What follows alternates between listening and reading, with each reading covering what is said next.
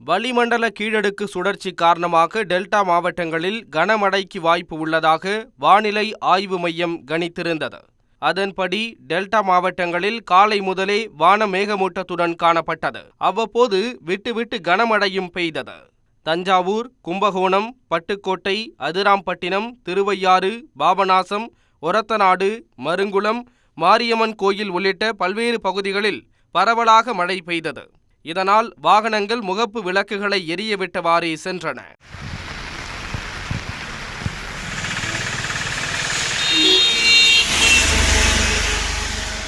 இதேபோன்று நாகை மாவட்டம் திருக்குவளை, கீழையூர், ஈசனூர், திருவாய்மூர், மணக்குடி, தலைஞாயிறு பகுதிகளில் கனமழை வெளுத்து வாங்கியது.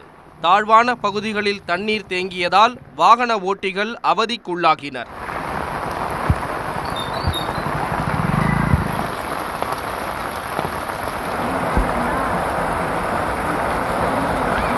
ஒரு பக்கம் விவசாயிகள் மகிழ்ச்சி அடைந்தாலும் கூலி தொழிலாளர்கள் தங்களது வாழ்வாதாரம் பாதிக்கப்பட்டதாக வேதனை தெரிவித்தனர். கிட்டத்தட்ட ஃபார்மர்ஸ்க்கு ஓரளவுக்கு பீஸ்ஃபுல்லாக இருந்தாலும் கூட இந்தமாரி தினக்கூலி வேலைக்கு வரவங்களுக்கு ரொம்ப கஷ்டமாக தான் இருக்குது. அதிக தண்ணி இருக்குது. 2 நாளாக வேலை வாய்ப்புக்கு போகாமல் மழையின் காரணமாக நாங்கள் வீட்டிலே வச்சுட்டு வந்துட்டுருக்கோம்.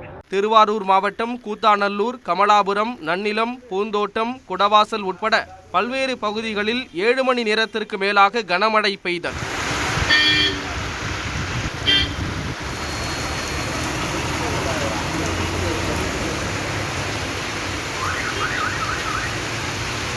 மயிலாடுதுறை மாவட்டம் சீர்காழி சுற்றுவட்டார பகுதிகளான வைத்தீஸ்வரன் கோவில், சட்டநாதபுரம், கொள்ளிடம், திருமுல்லைவாசல், பூம்புகார், திருவெண்காடு உள்ளிட்ட பகுதிகளிலும் கனமழை வெளுத்து வாங்கியது.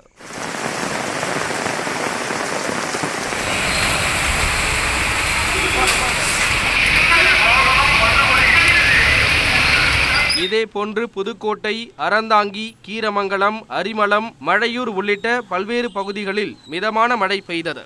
இதனால் நீர்நிலைகளில் நீர்மட்டம் உயரும் என பொதுமக்கள் மகிழ்ச்சி தெரிவித்தனர்.